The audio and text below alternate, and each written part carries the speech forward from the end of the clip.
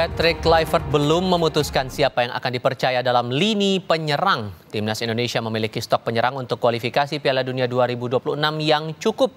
Di antaranya Rafael Strijk, Hoki Caraka, Ole Romeni, Ramadan Sananta hingga Septian Bagaskala. Ole Romeni berpeluang besar. Ada pula Rafael Strijk dan Hoki Caraka, penyerang yang sudah sering mendapat panggilan ke Timnas Indonesia. Sementara Ramadan Sananta dan Septian Bagaskara merupakan nama-nama yang juga siap bersaing untuk posisi starter. Stok penyerang yang melimpah ini menciptakan persaingan yang ketat untuk mendapatkan posisi di tim utama. Layak dinanti penyerang yang akan dipilih Kluivert dalam lanjutan kualifikasi Piala Dunia 2026 putaran ketiga zona Asia Grup C melawan Australia besok malam.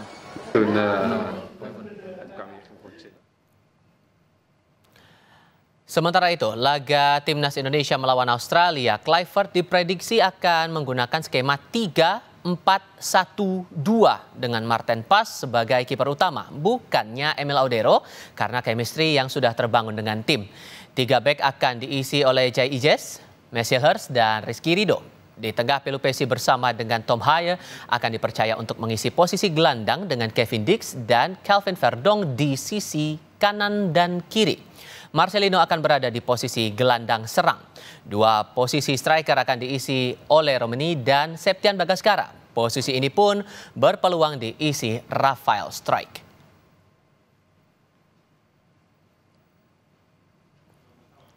Pelatih Patrick Kluivert memasang target tinggi saat Timnas Indonesia berhadapan dengan Australia besok hari. Bagi Kluivert, pertandingan ini adalah debutnya sebagai pelatih Timnas Indonesia. Pelatih asal Belanda itu bertekad meraih kemenangan. Jika Timnas meraih kemenangan, maka peluang lolos ke Piala Dunia 2026 akan semakin lebar.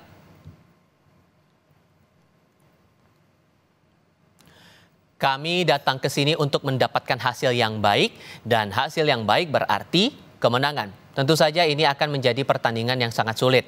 Tetapi saya yakin kami bisa meraih hasil yang positif, kata Patrick Kluivert seperti kami kutip dari Garuda.id.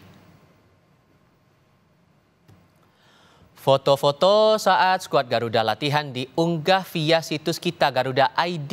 Latihan diikuti Marten Pas, Jordi Amat, Shane Patinama, Rizky Ridho, Marcelino Ferdinand, lalu ada Nathan Twaon, Tom Haaye hingga Sandy Walsh. Para pemain menjalani latihan dengan penuh untuk bisa meraih poin di Australia.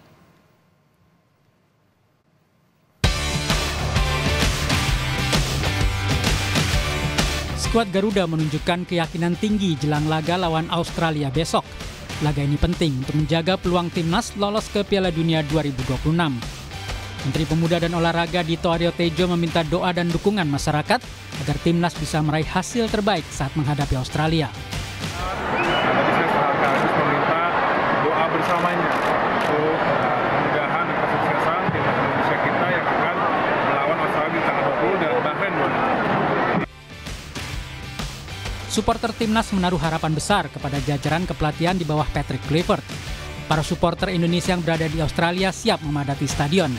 Mereka antusias memberikan dukungan langsung terhadap perjuangan Jai Ijes dan koleganya saat melawan Australia. Segera meramaikan atau memerahkan Sydney Football Stadium. Tadi aja mungkin di wawancara kami sebelumnya kan ada 40-an supporter sedang latihan kan, itu udah luar biasa, dan nanti 4.000 supporter kan lebih banyak. Kami punya optimisme yang besar menghadapi pertandingan melawan Australia yang mungkin kalau kita bicara 5-10 tahun lalu kita tidak pernah bisa bermimpi bisa seoptimis ini menghadapi Australia, dan kami sangat optimis pastinya Indonesia bisa. Publik optimistis pelatih Patrick Kluivert bisa bawa Indonesia ke Piala Dunia 2026. Kluivert wajib memenuhi ekspektasi pada 2 laga perdana menangani timnas, yaitu melawan Australia besok dan Bahrain pada 25 Maret. Hasil jajak pendapat yang dilakukan Litbang Kompas pada 4 hingga 7 Maret 2025 menunjukkan keyakinan publik kepada Kluivert untuk membawa Indonesia ke Piala Dunia 2026 mencapai 49,2%. Sangat yakin mencapai 6,6%. Yang menjawab sangat tidak yakin 1,8% dan tidak yakin 34,8%. Sisanya menjawab tidak tahu. Publik juga berharap Kluivert tidak terlalu bergantung pada pemain naturalisasi. Sebanyak 53,4% responden menilai Kluivert perlu menambah lebih banyak pemain lokal. 36,6% menjawab menambah pemain naturalisasi dan 10% menjawab tidak tahu. Pertandingan putaran ketiga Grup C kualifikasi Piala Dunia 2026 adalah lawatan kelima timnas Indonesia ke Australia. Dalam 5 laga tandang sebelumnya, Indonesia selalu menelan kekalahan. Tim Liputan Kompas TV. Lalu bagaimana skuad racikan Patrick Kluivert ini bisa meredam Australia dan membawa poin penuh untuk laga nanti? Lalu bagaimana juga dengan ketajaman lini depan Indonesia dengan bergabungnya Ole Romeni? Kami akan bahas bersama dengan para narasumber. Bergabung saat ini pengamat sepak bola Wesley Hutagalung dan mantan pemain Timnas Indonesia Indrianto Nugroho. Selamat sore semuanya, apa kabar? Sore semuanya, puji Tuhan. Terima kasih sudah bergabung bersama kami. Prediksinya nih skemanya bakal 3-4-1-2 Bung Wes. Kalau menurut Anda melihat pertandingan kita tanggal 20 nanti melawan Australia dengan segala catatannya, kansnya bisa gimana tuh nanti? Bung Wesley? Ya, kita semua nebak-nebak ya seperti apa formasi yang dimainkan oleh Kluivert. Ya. Ya, silakan. Tidak mudah. Tidak mudah. Sebenarnya Coach Indri juga sudah tahu pasti tidak mudah untuk meracik sebuah tim dengan waktu yang mepet. Mereka baru latihan bersama itu hari Selasa, kemudian 1 hari besok sudah official training, lusa sudah tanding gitu ya. Jadi Selasa latihan, Rabu official training, Kamis sudah tanding. Itu untuk meracik strategi tidak mudah, mencari sesuatu yang baru mungkin tidak mudah. Bagi saya dengan gaya bermain Australia itu lebih mudah kalau kita menargetkan fokus dengan compact defense karena kemampuan Australia meskipun banyak pemain baru mereka. Formasi ideal bagi saya mungkin agak beda, mungkin 4-1-4-1 supaya lebih kuat di tengah dan kita memang mencuri 1 poin. Tapi ini lagi-lagi saya bilang tidak mudah bagi Kluivert. Ekspektasi publik terlalu tinggi menurut saya. Antara harapan dan analisa itu jadi bias karena harapan terlalu tinggi, legitimasi yang ditinggalkan oleh Sintayong itu membuat publik yakin bahwa Indonesia bisa lolos ke Piala Dunia. Itu yang saya lihat ya Mas Tipa. Oke. Dengan pengalaman Anda juga pernah bertanding Mas Nunung, hal apa yang rasanya harus jadi concern di tengah masa latihan yang terbilang terbatas di Australia itu tadi? Ya, mempersiapkan mental ya terutama. Tapi saya percaya dengan pemain-pemain yang ada sekarang mereka sudah mempunyai mental yang cukup bagus karena mereka bermain di Eropa. Tapi jangan terlalu overconfident juga. Dengan kondisi kita yang saat ini menurut saya kedalaman squad kita juga sudah cukup mumpuni juga Mas Dipal, Bung Wes. Tadi Bung Wes bilang bahwa ya formasi hanyalah angka, tinggal bagaimana kita memanfaatkan strategi, memanfaatkan kekurangan atau kelemahan Australia gitu Mas Dipal. Oke. Sampai sekarang kan kita masih menunggu line up-nya nih yang fix buat dibawa nanti ke pertandingan esok hari siapa-siapa saja. Cuman kalau saya spesifik penyerang nih Mas Nunung, Anda melihat nih kira-kira siapa yang bakal potensial akan menjadi bagian dari lini utamanya begitu?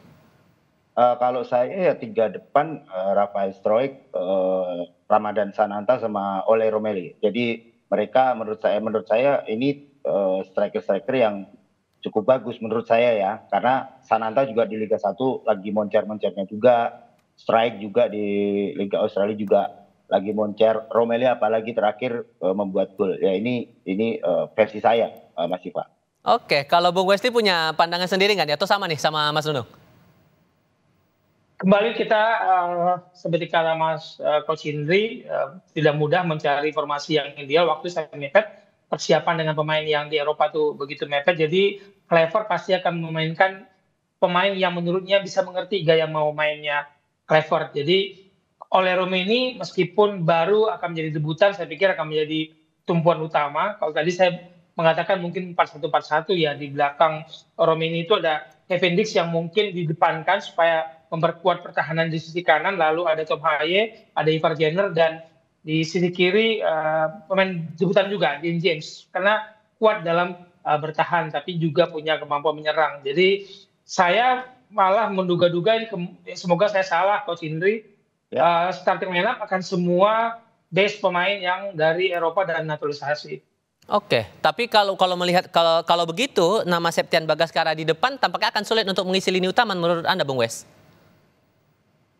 Iya, saya melihat gini ya, Patrick Kluivert belum pernah bekerja sama dengan Septian, kemudian bermain di Liga Indonesia dan bermain di Eropa itu pasti ada perbedaan gaya bermain yang dituntut waktu singkat untuk adaptasi, waktu singkat untuk chemistry. Jadi sebagai debutan mungkin tadi Ramadhan Samananta akan lebih dipercaya karena punya pengalaman bermain di tingkat internasional itu tidak mudah dilupakan, disingkirkan begitu saja. Mas Iqbal, pengalaman bermain internasional itu berbeda dengan di klub. Meskipun selalu ada potensi kejutan dan anggaplah dalam 100% itu ada potensi 10% kejutan. Itu kita tunggu siapa yang bisa mengambil 10% itu.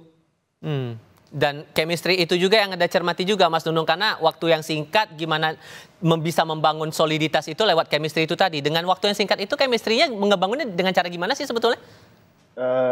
Sebenarnya mereka juga sudah mempunyai naluri ya, bagaimana seorang pemain dengan masuk terus waktu mepet ya mereka tinggal bagaimana komunikasi di luar dan di dalam lapangan, terutama di luar lapangan ya, bagaimana mereka harus mengerti satu sama dengan yang lainnya, harus sepaham juga gitu.